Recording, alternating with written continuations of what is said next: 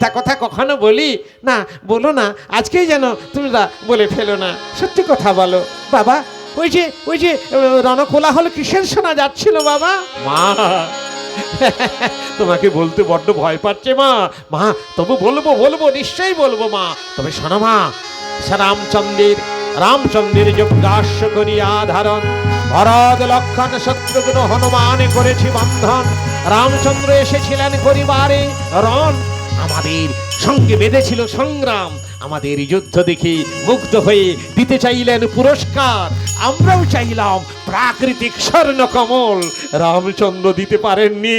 ওমা মাগো, রামচন্দ্র দিতে পারেনি। আমরাও গর্ব করে বলে এসেছি সেই প্রাকৃতিক স্বর্ণ কমল আমরা দেব। বাবা কুশ, তোমরা কি করে দেবে বাবা? কেন মা, তুমি আমাদের জনম দুঃখিনী, তুমি দিতে পারবে না? বাবা কুশ, বাবা লব, আমি কোথাও তো দেব বাবা।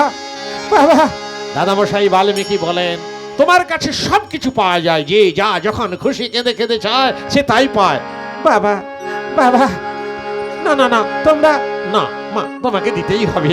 অনুনয় বিনয় করে বলছি, তোমার দুটি পায়ে ধরে বলছি, আমাদের প্রাকৃতিক স্বর্ণ কমল দাও মা, দাও। কি করবেন মা সীতা?